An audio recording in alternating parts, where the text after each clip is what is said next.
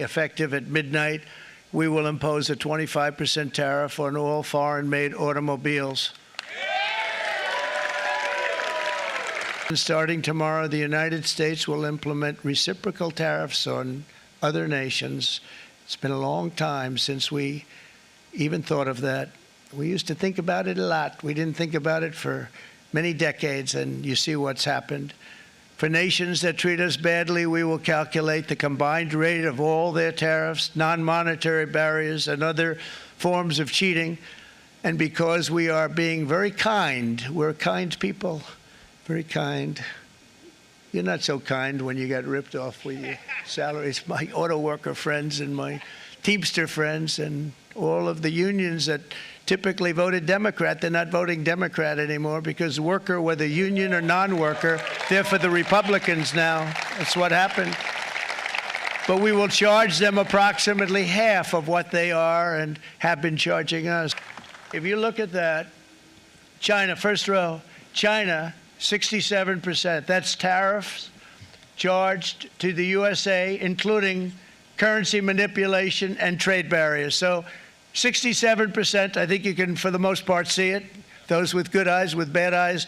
We didn't want to bring, it's very windy out here. We didn't want to bring out the big charts because it had no chance of standing. Fortunately, we came armed with a little smaller chart. So it's 67%, so we're going to be charging a discounted reciprocal tariff of 34%. I think, in other words, they charge us, we charge them less. So how can anybody be upset?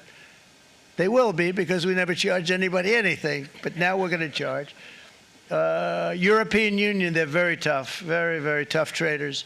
You know, you think of European Union, very friendly. They rip us off. It's so sad to see. It's so pathetic. 39%, we're going to charge them 20%, so we're charging them essentially half. Vietnam, great negotiators, great people. They like me, I like them. The problem is they charge us 90%. We're going to charge them 46% tariff.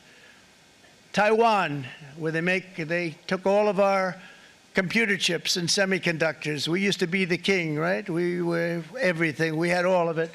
Now we have almost none of it, except the biggest company is coming in. We're going to end up with almost 40%. Lee Zeldin's working to get their approvals. And it's an amazing company. Mr. Wei, of one of the great companies of the world, actually. They're coming in from Taiwan, and they're going to build one of the biggest plants in the world, maybe the biggest for that. But 64%, we're going to charge them 32%. Japan, very, very tough, great people. And again, I don't blame the people for doing it.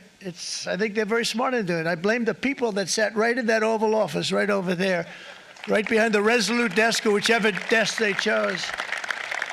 Japan, 46%. They would charge us 46%, and much higher for certain items like cars, you know, little items like cars. 46%, we're charging them 24%. India, very, very tough, very, very tough. The Prime Minister just left, and he's a great friend of mine, but I said, you're a friend of mine, but you're not treating us right. They charge us 52%. You have to understand, we charge them almost nothing for years and years and decades, and it was only 7 years ago when I came in, we started with China and charged them. We took in hundreds of billions of dollars from China in tariffs. And they understood, honestly. President Xi understood. He said, look, I understand. And the other countries, and they all understand. We're going to have to go through a little tough love, maybe, but they all understand. They're ripping us off, and they understood it. Prime Minister of Japan, Shinzo Abe. He was a fantastic man. He was unfortunately taken from us, assassination. But I went to him and I said, Shinzo, we have to do something. Trade is not fair. And he said, I know that, I know that. And he was a great gentleman. He was a fantastic man, but he understood immediately what I was talking about. I said, Shinzo, we have to do something. He said, I know that. And we worked out a deal, and it would have been a much better deal, but frankly, there were many years left on the deal that was made previous to my getting there, but it was something. If you look at Switzerland, 61% to 31%. Indonesia, Malaysia, Cambodia. Oh, look at Cambodia, 97%. We're going to bring it down to 49. They made a fortune with the United States of America. United Kingdom, 10%, and we'll go 10%. So we'll do the same thing. South Africa, 60%, 30%, and they've got some bad things going on in South Africa. You know, we're paying them billions of dollars, and we cut the funding because a lot of bad things are happening in South Africa. The fake news ought to be looking at it. They don't want to report it. Brazil, 10%, 10%. Bangladesh is 74%. So you see what's going on. Pakistan, 58%. Sri Lanka, 88%. So what we're doing is we're taking not the full, we could take the full 88%. Thanks a lot, Art. He's doing a very good job. How's he doing, all right? At the same time, we will establish a minimum baseline tariff of 10%. You notice that on the chart? And that'll be on other countries to help rebuild our economy and to prevent cheating. So we're going to have a minimum of cheating, and we're going to be very severe on the people that at the gate that watch the tariffs and watch the product coming in, because there's been a lot of bad things happening at the gate because the money is so enormous that you're talking about. There's never been probably anything like it in terms of the enormity, and there are a lot of bad things happen at the people that do the check-in, and they're looking at 10-year jail sentences if they do play. We're going to treat them so good, but if they cheat, the repercussions are going to be extremely strong. And so, starting very soon, he is getting ready to impose tariffs on foreign cars and parts, 25% from anywhere. And then he's also announcing 10% at least tariffs on all countries. And then what he calls the worst offenders, the bigger tariffs, they're going to be 34% for China, India 26%, Japan 24%, the EU 20%, Taiwan 32%. He promised this would be big. It has gotten a lot of people's attention. Let's go to Weijia Jiang at the White House. He called this a national emergency, Weijia. Can you put this into some kind of context for us? Yeah, Maurice, so this was the president's very first event during his second term in the Rose Garden, which speaks to just how important this is to him. He had all the pomp and circumstance. He was surrounded by members of his cabinet. And of course, he brought in workers from the steel and automobile industry to make his case, Maurice, that this is going to be what he calls the golden age of America. Because his theory is that if you tack on these tariffs to imports into America, well, companies here don't want to pay that. And so they are going to boost manufacturing. They're going to buy American and not want to pay the rates that you are seeing on your screen, Maurice. Now, what we did not know is exactly what countries would be impacted and the rate. And we know now that the administration used a formula to calculate what they are calling the total sum of all unfair trade practices. Now, that includes currency manipulation, tariff barriers, and of course, what these countries charge on American exports. So you can see here for China as the top example, 67%. Half of that is 34%, because President Trump says he wants to be, quote, kind to the world. So he is not going to impose the full 100% tit for tat, but 50% of that sum. And in addition to that, Maurice, it's important to note that what we were not expecting today was a 10% tariff on all countries. So whether, they are a part of this worst offenders group, as the administration calls, or not, there will be a 10% tariff. And of course, it's notable, I think, that he's making this announcement after the closing bell. We have been reporting for so many weeks, Maurice, about how the uncertainty of this has already rattled the stock market and certainly consumer confidence. So as we take all of this in, it'll be critical to watch the response, not only here, but globally. Okay, Weijia Jiang at the White House, you are absolutely right. It is a big bet. And joining me now is Money Watch correspondent Kelly O'Grady. Kelly, we're getting reaction in after-hours trading. It's key to note that he did this after the markets closed at 4 o'clock. So what's the reaction you're seeing, and what are people going to have to deal with going forward?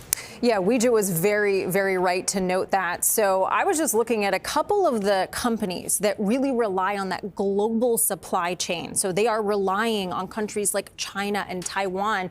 NVIDIA, right? Big AI stock. Huge. That's one of them. They get all their chips products from Taiwan. So when you've got a 32% tariff being charged there, that is why the stock is down. Apple also, where do we get our iPhones from? China.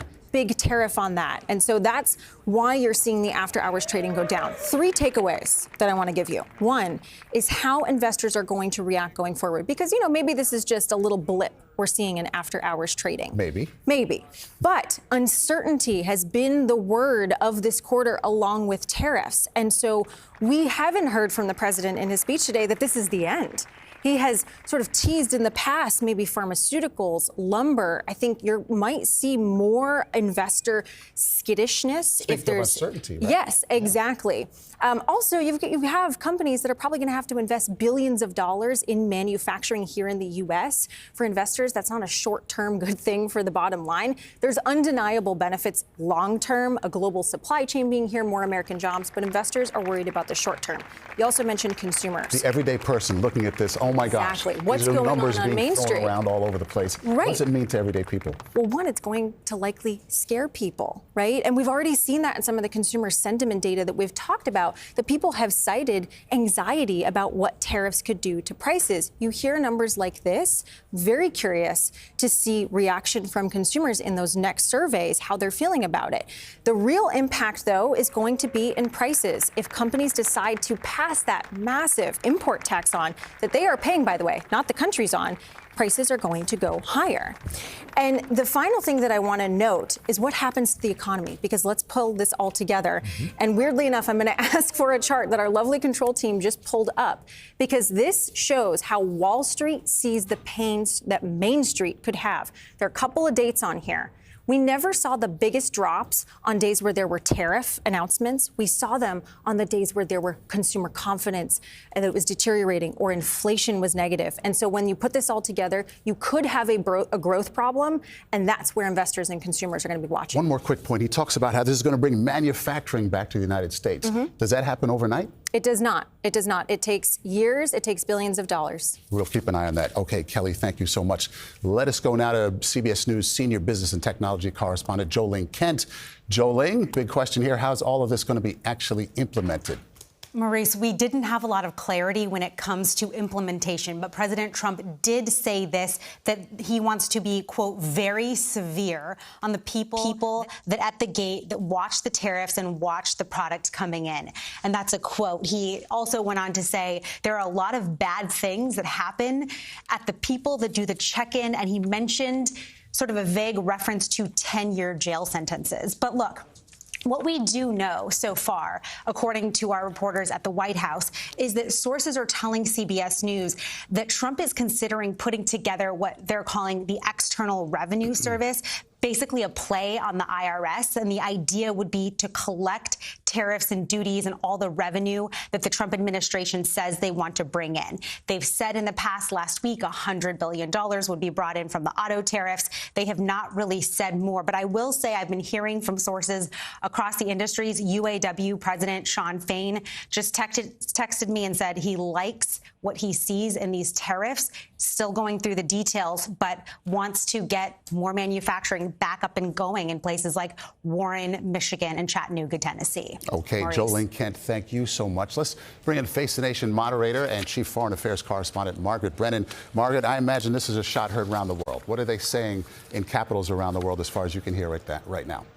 Well, Maurice, they were all watching this because the diplomats I spoke to said we have no clarity, we have no specifics, we have no insight into the president in terms of what he is going to roll out. And we didn't get a lot of that, frankly, other than that one chart breaking down some of the countries that will have certain tariffs put on them. The president mentioned 60 or so, but we know when he was describing things like a value-added tax, there are 177 countries in the world that use that. So do all of those also get tariffs? We don't know. But bottom line here, Maurice, the president is really placing a massive political bet, risking the very thing that got him elected. That is the economy. He truly believes, as he described in that speech, that there were glory days in this country, specifically the late 1800s, where he thinks we need to look to now for inspiration as to how to make America wealthy again. That's the phrase he uses. There has been a lot that has changed in the global economy since then. He's essentially trying to unplug us from the global supply chain. This will have implications for consumers in terms of how much they pay for goods that are foreign made. It was interesting in our latest CBS News poll, we saw about 56% of Americans oppose taxes on foreign made goods. That's essentially what a tariff is.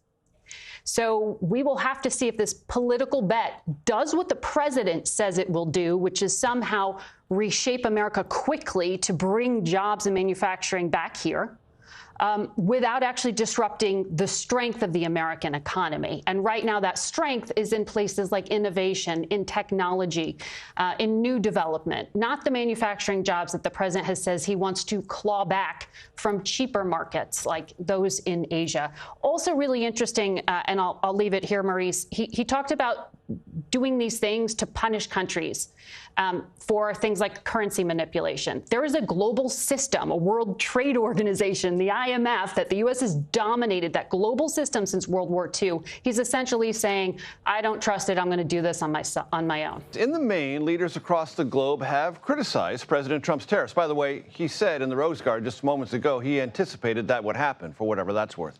Our reporters are tracking reaction from our allies to the north, south, and across the pond.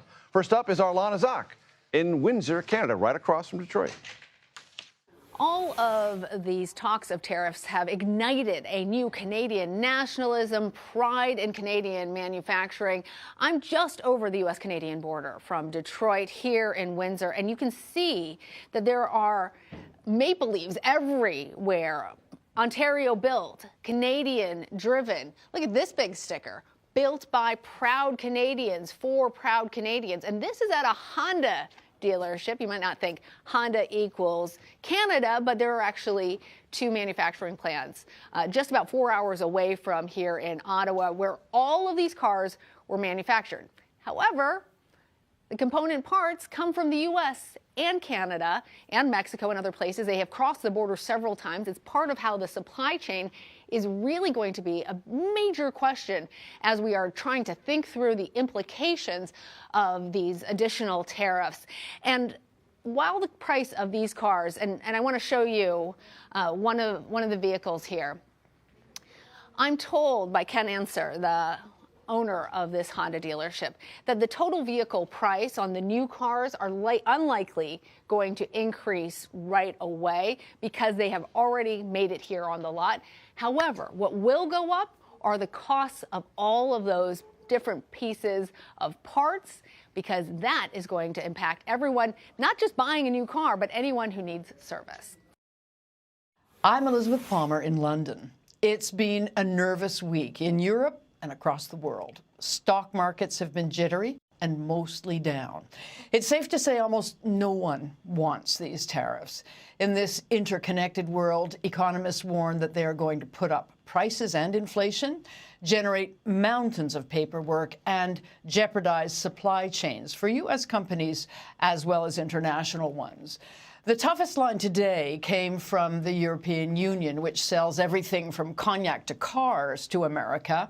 The European Commission President, Ursula von der Leyen, said, Europe hasn't started this confrontation, and we don't necessarily want to retaliate, but if we have to, we will. That's a threat to impose revenge tariffs on U.S. products coming into Europe. Across the channel here in the UK, Prime Minister Keir Starmer took a different tone, far more measured. He pointed out that a trade war was in no one's interests and that he was going to take a cool, pragmatic approach. But like everyone else, he's hoping in the end to avoid the worst of these tariffs. And he really wants to have talks down the road with President Trump to cut a sweetheart deal on the side for Britain when the dust settles. Right now, billions of people around the world are wondering and guessing and dreading to hear who gets hit and how badly. I'm Jason Allen in Laredo, Texas. We are inside a customs broker warehouse, a cold warehouse, which is why I have the jacket on. And this place is full of avocados, mangoes, pre-made guacamole. They may be bringing in lettuce, strawberries, all of this from Mexico. And if it looks incredibly full right now, that's because it is. Over the last several days, and even weeks, companies in Mexico have been trying to move product here into the U.S. as quickly as they can, and that's to get ahead of potential tariffs. Right now, all the questions that are coming in to the brokers here is, what are the tariffs going to be? Do we know how much? Do we have any clue? Because they're trying to figure out what it's potentially going to cost them. And right now, the brokers here don't have any answers. Neither do the CBP officials. We were at a meeting between them and brokers this morning. Everybody on both sides waiting for an announcement. What we've learned in talking to some of these companies here in Laredo is that even after this announcement comes out, that won't be the end of it. They'll have to spend the next several days figuring out what comes now with an increased cost and who pays for that increased cost. Is it the producer? Is it the company that is bringing it in? And how much of it eventually is passed on to the consumer? President Trump unveiled the new tariffs for his administration, doing so despite warnings from economists that this could raise prices across the United States for all sorts of goods. Nancy Cook and Courtney Brown join me now to discuss. Nancy, senior national political correspondent for Bloomberg News, and Courtney is an economics reporter for Axios. I want to play you something the president said in the Rose Garden, anticipating criticism for this move to impose tariffs. Let's listen. In the coming days, there will be complaints from the globalists and the outsourcers and special interests and the fake news. The fake news will always complain. But never forget, every prediction our opponents made about trade for the last 30 years has been proven totally wrong. Proven totally wrong. So there is a story the president tells about this hollowing out of American manufacturing, which resonates in certain parts of the country. But statistically, it's not true. We remain a manufacturing powerhouse globally. Though we have fewer people involved in manufacturing, we have much higher output, much higher productivity, in part because of innovation, robotics, and things that have taken the human manufacturing worker out of the equation. It's a more subtle, nuanced form of this story, but it's still true, Nancy. Absolutely, and I think that what I'm anticipating in the coming days is just a bunch of stories about how these tariffs are going to raise prices for consumers. You know, Trump really came to office because Americans were tired of inflation. They were mad about, feeling like they could not afford a middle-class lifestyle. He has done very little to sort of address those concerns in his first 100 or so days in office. It hasn't quite been 100 days yet. And now we've seen these tariffs. And so, people are facing a lot of turmoil in the stock market. Prices are not going down. And I just think the tariffs will add to this sense of economic uncertainty. And there is a growing concern among his top aides in the White House about the cumulative effect and this economic uncertainty. And Courtney, he's doing this by declaring a national emergency, which gives him, under this law, power to do this. But Congress isn't involved. And is there truly an emergency? Well, the president's declared one, which gives him some room, which also shields him and his administration from potential lawsuits filed by those affected by these higher tariffs. Senior White House officials said that this was an economic emergency because of high trade deficits. High trade deficits represent a national and economic threat, is what the White House says. I think that the threat is less about the high trade deficits themselves and more about the steps that the administration is taking in an attempt to address those high trade deficits. I loved your point about higher manufacturing productivity because you're so right. The manufacturing sector looks so much better than it did decades ago because of everything you say. I spoke to a small manufacturing, though, based in South Florida, who said that because of these tariffs, they're actually not investing in AI anymore. So it's kind of funny to watch all of these things intersect because they're having to put aside more cash to deal with tariffs. They're not going to be training their workers to become the next manufacturing facility of the 21st century. So. And there's a kind of approach that the president has, saying globalists or naysayers are going to say this and that. It isn't to be a naysayer to say the global economy, the U.S. economy, is not as it was in 1890. That's just a fact. And the interconnectedness of the movement of goods and services across sovereign country lines and the tariffs you apply affect things that people buy now. And they're going to affect things that people buy now. That's not being a naysayer. That's just being a realist. Yeah, President Trump has he's really obsessed with President McKinley. He's become so, yes. Yeah, he is. And I interviewed him in June in Mar-a-Lago, and he talked about McKinley. And he really feels like, there was a bunch of revenue from tariffs that came into the federal government then. But you're right. I mean, the country has changed so much in those 100+ years since McKinley was president. It's much more interconnected. There's global supply chains. We see that with our tech companies, but also pharmaceuticals, auto parts, all these different areas. And so he has this idea that he wants to rebuild and reshape the American economy, based on something, based on an idea of bringing revenues in from tariffs. I'm just not sure that that's going to work. And he's really gambling with the U.S. economy with this idea on trade that he's actually had for a long time. Mm-hmm. And Courtney, it's not always clear that if there is a reindustrialization, it will be to the satisfaction of the union workers who are sitting in the front rows. Because not all of that is going to be union labor.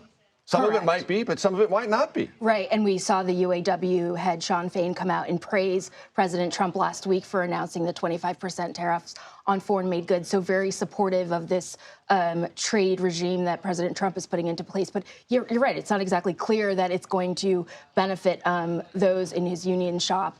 And it's I think concerning because, before this was tariff week, this was jobs week.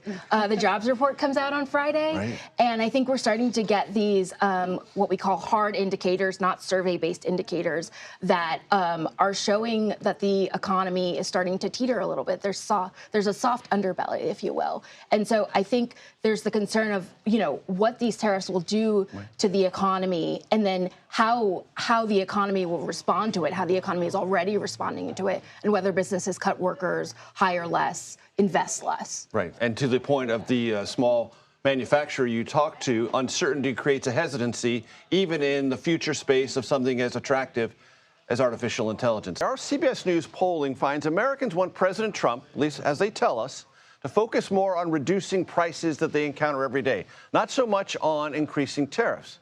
Now, the president has been shifting blame for some of that residual inflation that he has inherited to, guess who? Former President Biden. Egg prices have quadrupled. They said, I just got here. I didn't even know. I said, what's the problem with eggs? But the problem with eggs was Joe Biden. That was the problem. Joel Payne and Kevin Sheridan join me now at the table. Joel, CBS News political contributor, Democratic strategist. Kevin, former spokesperson for the Republican National Committee, among many other tasks in the world of Republican politics. Good to have you both with me. I want to play you two sound bites from Capitol Hill today. And I'm not sure which sequence they will be in, but one is Senator John Kennedy of Louisiana, Republican. The other is Rand Paul, Republican from Kentucky. Play it, please. The president is saying to businesses in foreign countries, if you want to sell our people stuff, you've got to move your business to America and hire people. And the truth is, in terms of the short term, the impact on the economy, we're in uncharted waters, and no one has any idea what the impact's going to be. Tariffs on trade between us and Canada will threaten our country with a recession. I think they're a terrible idea economically and will lead to higher prices.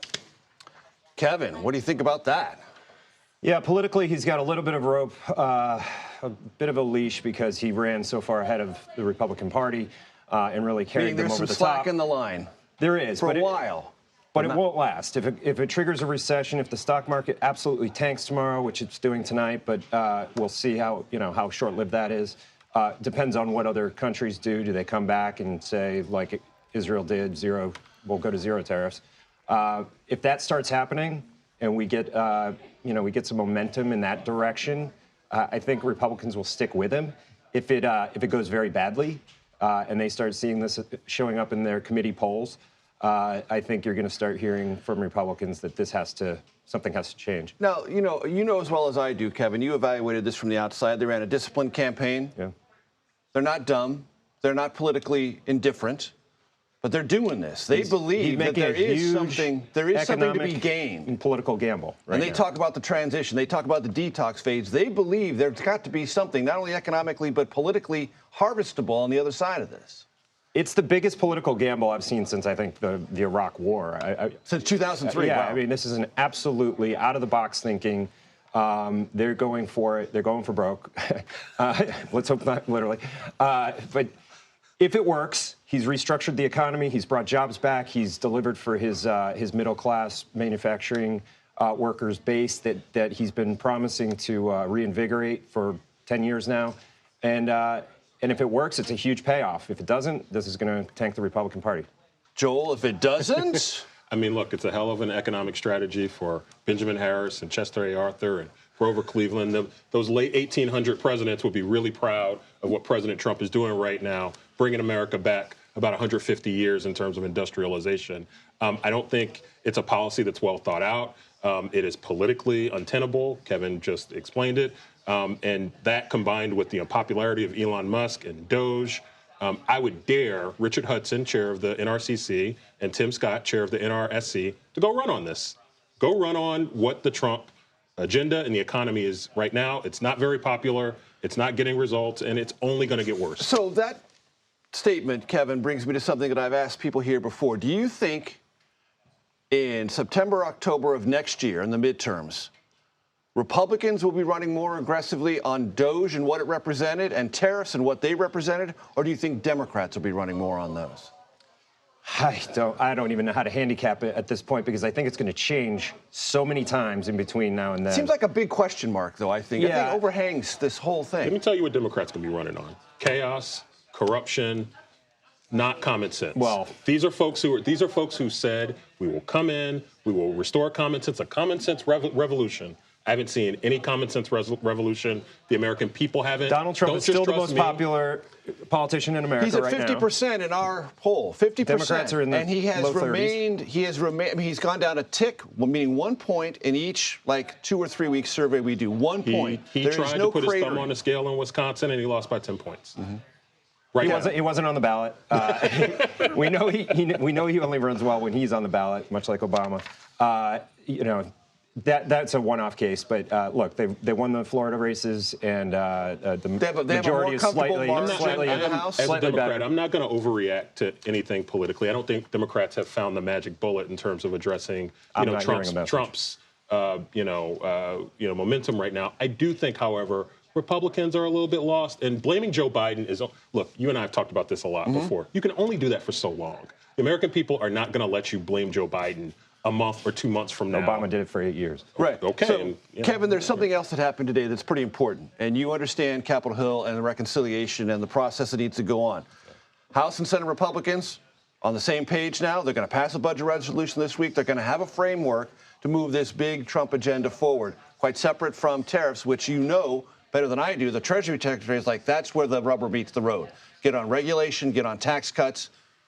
Let's talk a little bit less about tariffs. They don't have a choice. They've got to pass this big, beautiful bill. It's every Republican for their lives. Yeah. So if anybody tries to stink it up in the House or in the Senate that wants to slow this down, stink it up. They're gonna take down the whole party, and they're gonna be blamed for it. Kevin, this is a very unpopular thing that they want to do. The least popular thing Donald Trump did his first term was the TCJA. It actually is the point where Donald Trump started to lose Tax momentum. Cut and Jobs Act. That's the acronym, very, ladies and gentlemen. very, very unpopular. And they're trying to make the same play again because it's going to focus taking stuff from middle class and working class Americans and giving it to the wealthy and the wealthy. In the Rose Garden, the president said we are not going to cut Social Security, Medicare, or Medicaid. He just said that in the Rose Garden in today's remarks. I can't believe that Donald Trump would mislead us in any way possible. He's not touching entitlements, unfortunately. I wish he would. Lots of reactions nationwide to President Trump's new announcement about global tariffs. I want to get some reaction from Delaware's governor. His name is Matt Meyer. Governor, it's good to see you. Thanks for joining us. Delaware is the first state, first to ratify the Constitution, we know that, and also a corporation state. What is your perspective on this Trump approach to tariffs and its impact on the economy in Delaware and nationwide? Well, Major, we're also a no sales tax state. It's just about religion in this state to say no sales tax. And what is a tariff? A tariff is effectively a sales tax. 10% at the low end, you're talking about 40, 50% or more on any goods coming from China. Delawareans know that products these days, even products that we traditionally think of as American products, often have components that are coming from foreign countries. So even American-made stuff, we're going to see big jumps in prices. Listen, I actually was sworn in the day after President Trump was sworn in about 10 weeks ago. Since then, what I've heard is Social Security, Medicare, Medicaid are all under threat of being cut. Critical services, educational services for funding for disabled students and for poor students are under threat. Services for veterans potentially disappearing, museums and libraries. And on top of it now, we have to pay a sales tax on all goods. I can tell you Delawareans aren't going to stand for it, and I don't think many Americans are either. But, Governor, you have to acknowledge that when the president talks about the deindustrialization of America, whether it's absolutely true or you can look at the statistics and say there are nuances to that, and there definitely are, that does resonate with voters, not only in your state, but in other states who feel that there hasn't been enough economic defense of America's self-interest. And President Trump is leaning aggressively into that. Do you think there's anything well, Major, I don't know if it's economically or politically? Yeah, I don't know if it's fair, Major, to say it's resonating with voters. I don't know if you watched what happened in Dane County, Wisconsin yesterday and across the state of Wisconsin, what happened in Pensacola, Florida. These places that just a few months ago looked very red are looking pretty blue right now. So I don't know how much Americans can stand for it. In terms of policy, that sounds a lot like the Hawley-Smoot Act back in 1930. It sounds a lot like Herbert Hoover's economic policies that were followed by a decade of Great Depression. Caitlin, Senator Rand Paul, vocal tariff opponent. Here's what he had to say Wednesday. Historically, tariffs have also led to political decimation. When McKinley most famously put tariffs on in 1890, they lost 50% of their seats in the next election. When Hart-Smolley put on their tariff in the early 1930s, we lost the House and the Senate for 60 years. So they're not only bad economically, they're bad politically. What are some other notable reactions from members of the Hill?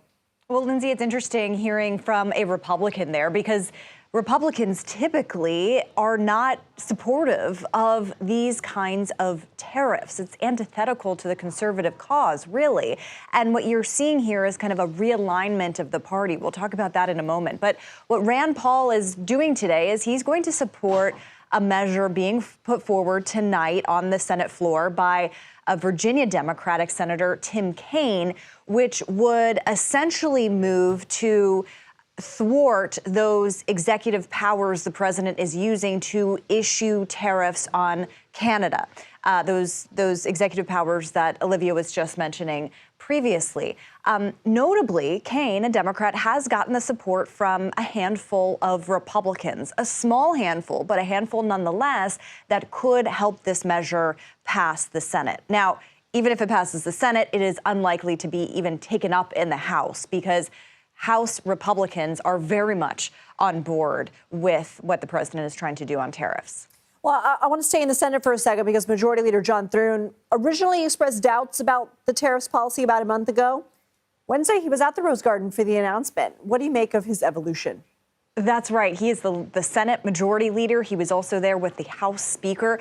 That was a fascinating dynamic, Lindsay, because it speaks to the exact realignment that I've been talking about. The idea that you have Republican leadership on board with the president's wanting to wage, and officially today, waging these tariffs, shows how the party has really transformed under President Trump. This would have been kind of unheard of for Republicans to go along with this, but the way in which Trump has kind of shifted alliances, and especially on Capitol Hill. There's been a lot of lobbying by this White House on Capitol Hill to get Republicans on board with this tariff plan. You had Treasury Secretary Scott Bessent on the Hill today and yesterday. Howard Lutnick, the Commerce Secretary, has also been out there talking about this tariff plan and trying to assuage any concerns about it. So you are going to have a few defections from Republicans tonight in the Senate, but by and large, Republicans are on board with this for now. And I add that caveat because they are willing to give Trump some leeway here. But if this starts to have actual, deep, longer-term impacts on their constituents, and if they start to hear from constituents about concerns about higher prices, concerns about specific industry level dents that this could make to industries in their states. I mean, John Thune comes from a big agriculture state. We'll see whether that temperature changes. But for now, they're willing to give him some latitude to see how this works while keeping their concerns pretty private for now. One of President Trump's biggest topics on the campaign trail was the economy. And as he announces some of his most sweeping changes yet, how are Americans who supported him in 2024 feeling in general about tariffs and his policies? CBS News Executive Director of Elections and Surveys, Anthony Salvanto, joins us. So, Anthony, obviously concerns about inflation are still top of mind for folks. I mean, do people think tariffs will impact prices? Well, that is the key question, because what we've seen, I'll pick out just cars in particular, right? We've seen is majority opposition to the idea of tariffs. But that's the key is why. And you take a look at the question that you asked. I broke it down between short term and long term because, to your point, the administration has argued that this will be beneficial in the long term. So you look at right away, people actually do think that in the short term, tariffs will increase prices, right? That's a big 3/4. But even when you ask about the long term, there's still a sizable number that think that it'll increase prices in the long term, too. So the administration maybe hasn't quite connected the dots yet. Maybe some of that comes after the president's statements today. We'll see what happens. But that's the reason why. And quite frankly, that all connects to, do people think that the president's policies are making them better off? And those numbers have actually diminished since their expectations are compared to their expectations before he took office. And so that's a key metric, I think, as we go forward. So obviously we know that there's a lot of partisan difference on this here. But in general, is what Trump doing what voters were expecting? Well, look, his voters have been really supportive of all the policies that we have tested on. And tariffs are one of those. Here's a difference between the overall, the overall feeling of opposition on imported goods generally. But then look at Trump voters. You get almost 8 in 10 of them who say that they favor them. So there's the support for the president and what he's doing in particular on this.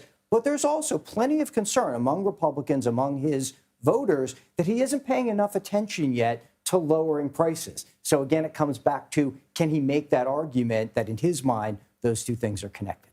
Anthony Salvanto, thank you as always.